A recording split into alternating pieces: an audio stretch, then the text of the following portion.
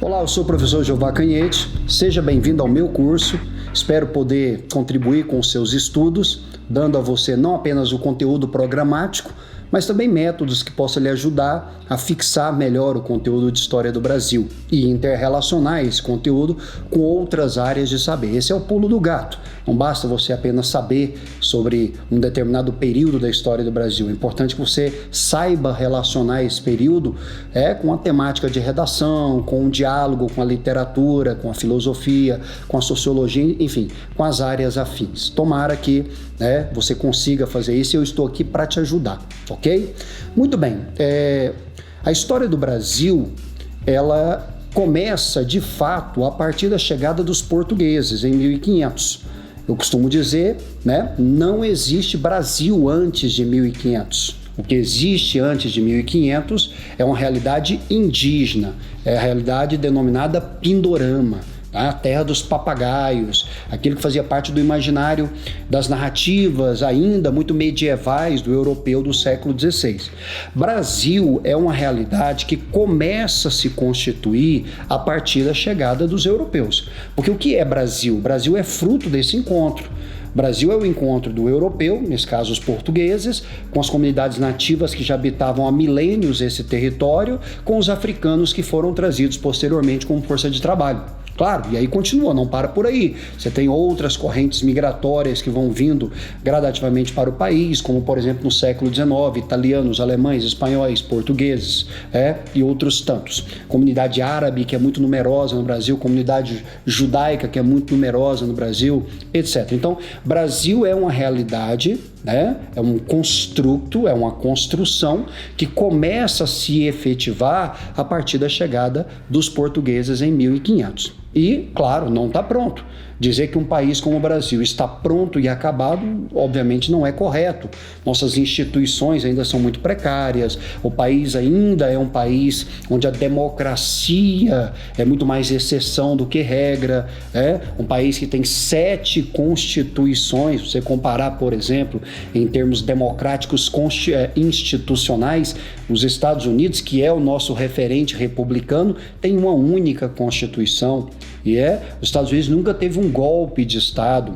Todos os presidentes americanos foram eleitos democraticamente. Você até pode contestar uma eleição ou outra, mas todos eles eleitos e tal. Então, o Brasil não tem essa condição. O Brasil é um país que as suas instituições estão em processo de consolidação. Às vezes avança, às vezes retroage. Estamos vivendo um momento de retrocesso de muitas dessas instituições. Você está acompanhando comigo, estamos aqui em pleno 2020, e muitas dessas instituições estão sendo colocadas contra a parede, a independência dos poderes, a liberdade de expressão, a própria democracia, a própria Constituição. Nós assistimos aí, do ano passado para cá, do ano retrasado para cá, várias manifestações de grupos defendendo a intervenção militar, de grupos defendendo fechamento do Supremo, de grupos defendendo fechamento do Congresso, coisas assim.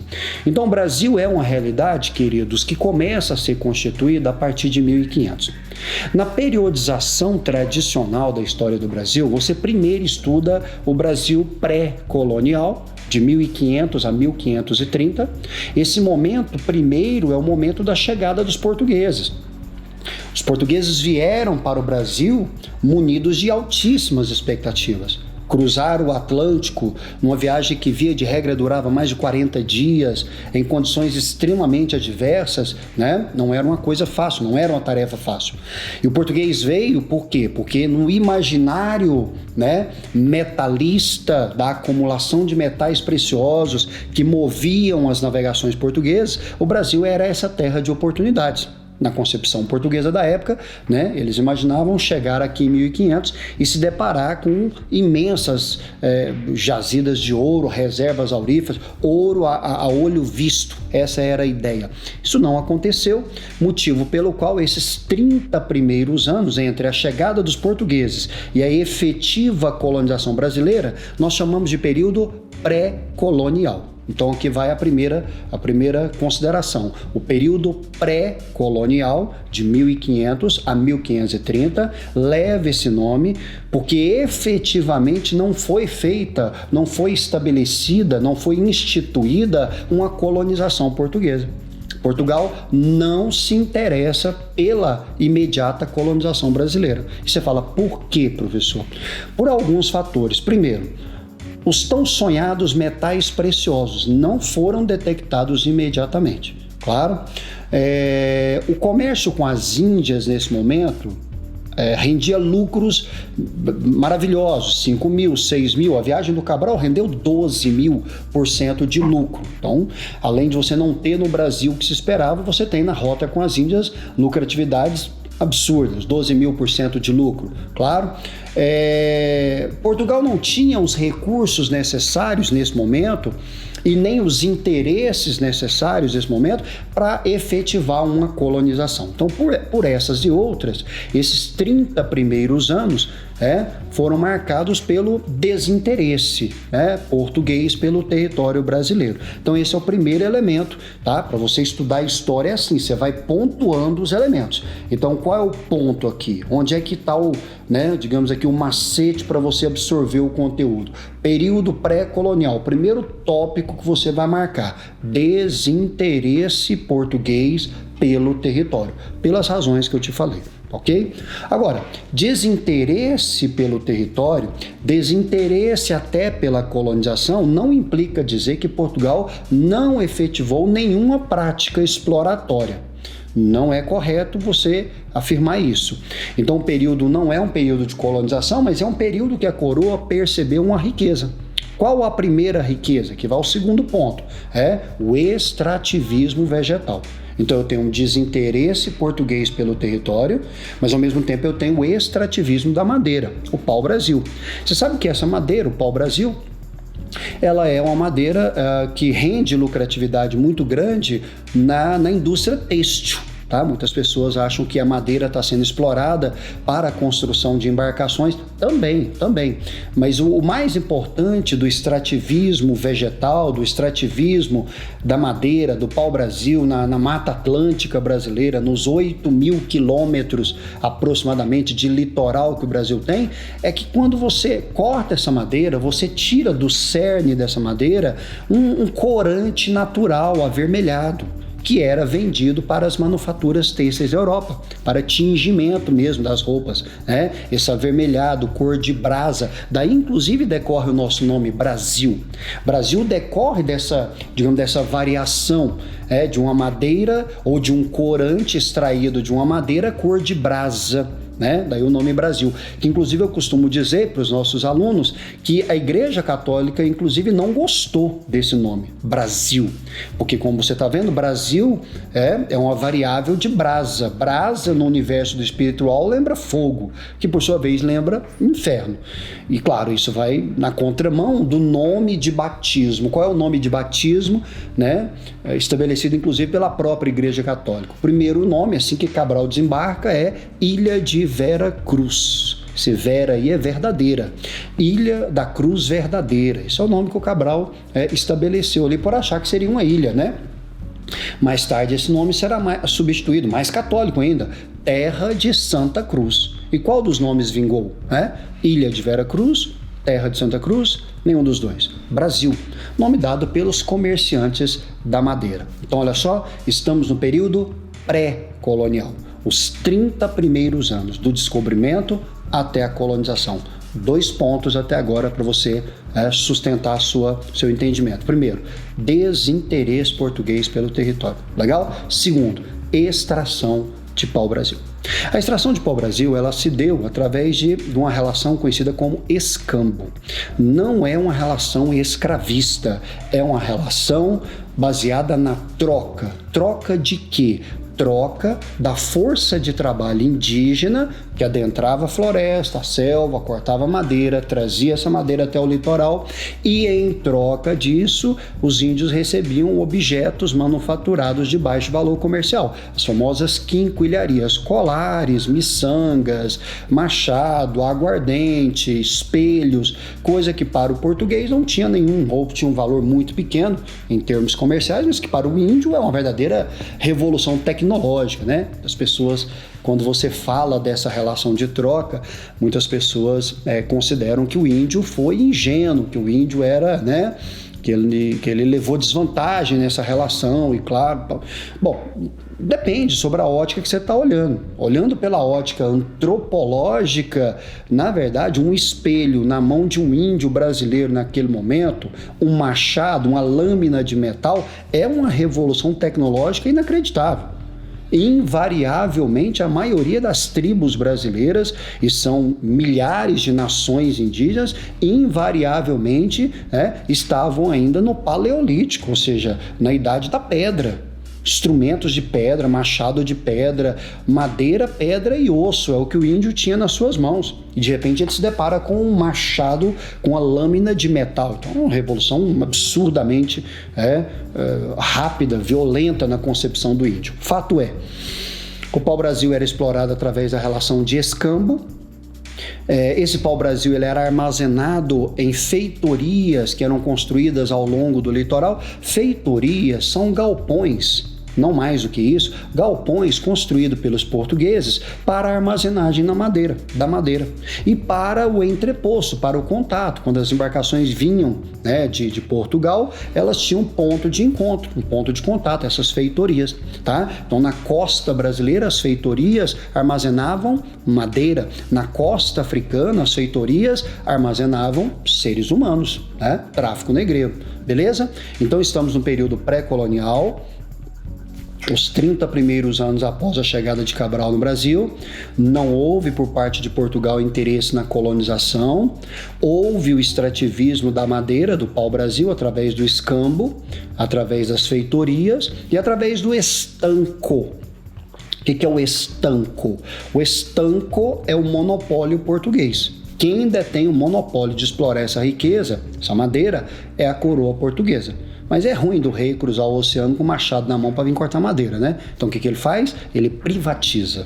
Ele concede essa exploração a particulares. Então a primeira atividade econômica do Brasil, do menino Brasil, a primeira atividade econômica foi privatizada. Tá? Você até tem um nome, um judeu convertido ao cristianismo, a gente chama de cripto-judeu ou de cristão novo, é um outro termo que se utiliza, chamado, um sujeito chamado Fernão de Noronha, quase que me deu um branco aqui, fiquei com o nome português dele, Fernando de Noronha, tá certo também, mas é Fernão de Noronha, aquele arquipélago lá em Pernambuco, é em homenagem a ele mesmo.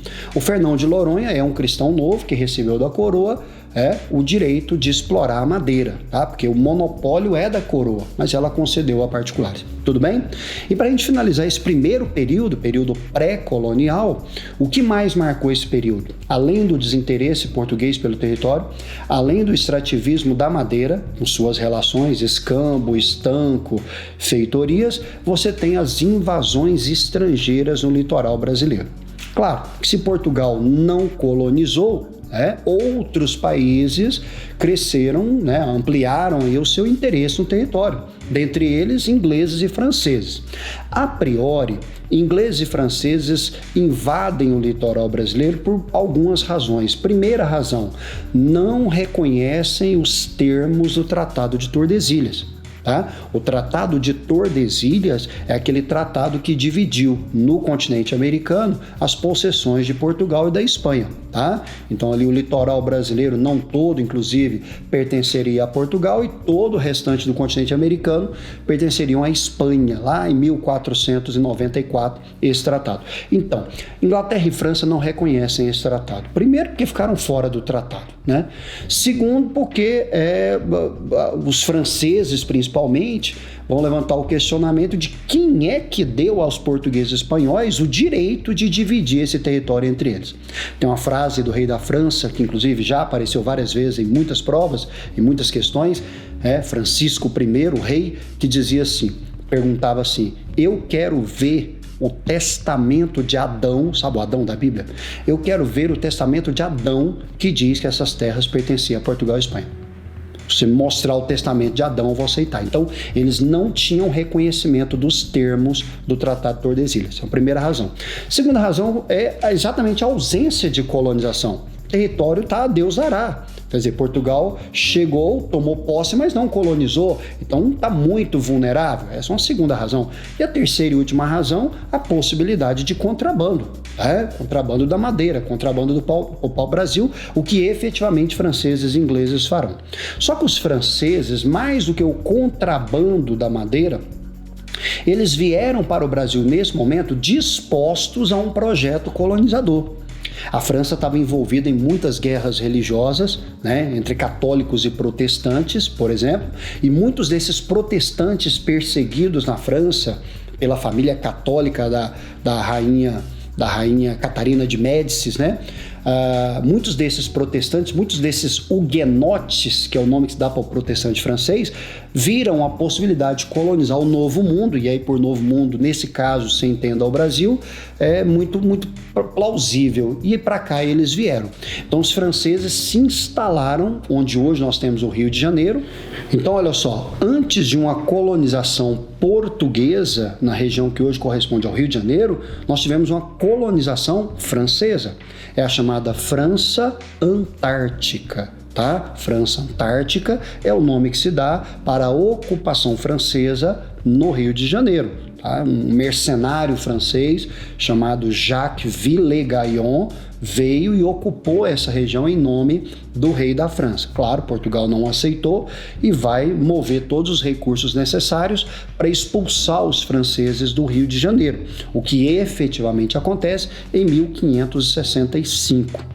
Então, o que nós entendemos hoje como Rio de Janeiro foi fundado em 1565, depois da expulsão dos franceses. Os nomes por trás dessa retomada do Rio de Janeiro os nomes são de Mendes Sá, governador-geral, e do seu sobrinho Estácio de Sá.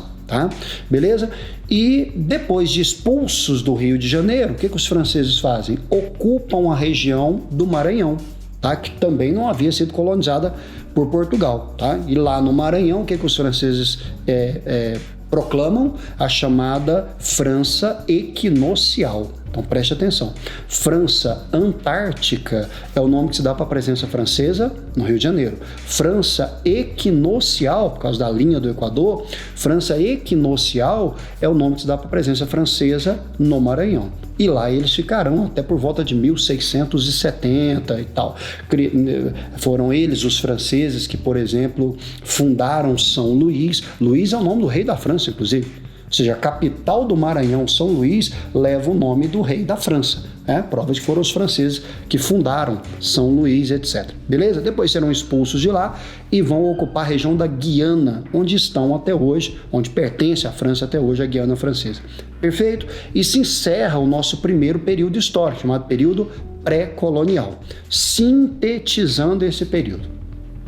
Período pré-colonial é o período que vai de 1500 a 1530, período em que Portugal não se interessa pela colonização do território, período em que nós teremos o extrativismo do pau-brasil, período que nós teremos as invasões estrangeiras de ingleses, muito mais voltados para pirataria e contrabando, e dos franceses, que além de pirataria e contrabando, vieram dispostos a um projeto colonizador. França Antártica no Rio de Janeiro, França Equinocial no Maranhão. Ok? Beleza? Diante desse cenário de invasões, o que a coroa portuguesa vai fazer?